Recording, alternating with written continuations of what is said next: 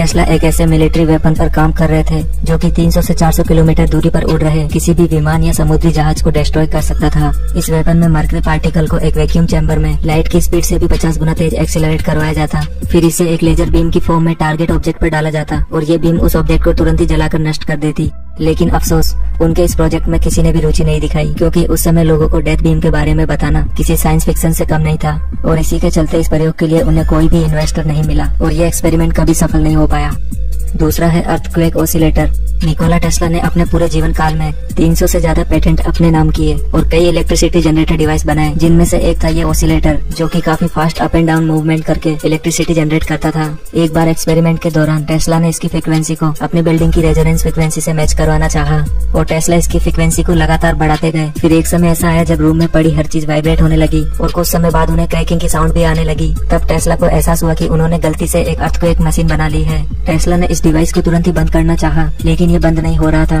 अंत में टेस्ला ने इसे जमीन पर मारकर तोड़ डाला और इसके बाद इस मशीन पर कभी काम नहीं हुआ।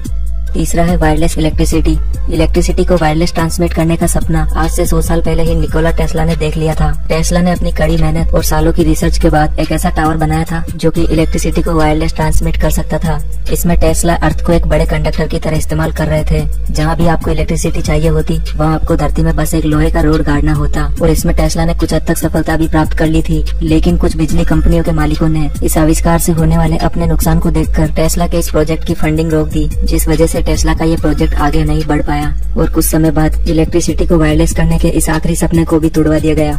चौथा है सुपरसोनिक एयरशिप। 1919 में छपे एक आर्टिकल में टेस्ला ने एक ऐसे फ्यूचर एयरशिप की बात की थी जो कि धरती से 8 मील ऊपर उड़ता और ये इतना तेज होता कि न्यूयॉर्क से लंदन महज 3 घंटे में ट्रेवल हो जाता। और इस एयरशिप की सबसे खास बात ये होती कि इसे रिफ्यूलिंग की आवश्यकता भी नहीं होती, क्योंकि ये एक इलेक्ट्रिक पावर्ड एयरशिप होता, जिससे कि पावर धरती पर लगे इलेक्ट्रिक टावर से वायरलेस ट्रांसमिशन के जरिए मिलती। लेकिन टेस्ला का ये सपना तब पूरा होता जब उनका वायरलेस इलेक्ट्रिसिटी का प्रोजेक्ट पूरा हो जाता।